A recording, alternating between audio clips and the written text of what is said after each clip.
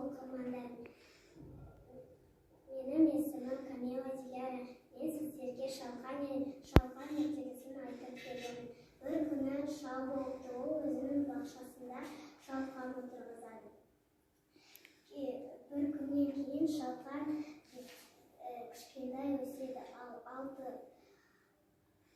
6-7 күннен кейін шалқан үлкен болып өседі. Сосын шал оны тартып алғысы келеді, тартады, бірақ тарта алмайды.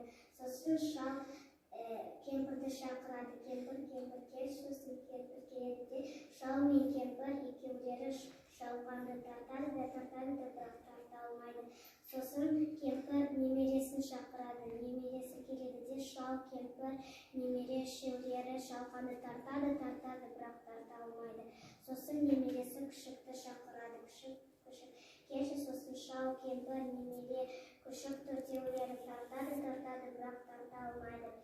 Сосын күшік мысықты шақырады. Мысық келеді де, шал, кемпір, немере, күшік, мысық бесеулері тартады, бірақ тарта алмайды.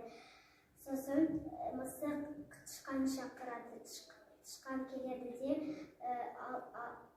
шал, кемпір, немере, күшік, мысық, тышқан алтаулары тартады, шалқанды тартып алады.